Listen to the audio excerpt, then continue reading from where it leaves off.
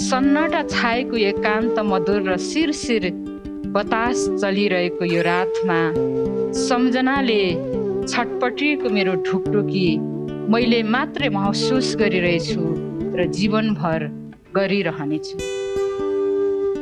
तर एउटा कुरा भनौँ है, निकै तातो मादकताको साथ म यस बखत चियर्स गरिरहेछु आफ्नै आवेगहरूसँग। यस्तो पनि हुन्छ र कसैलाई थाहै नपाई मन पराउनुमा।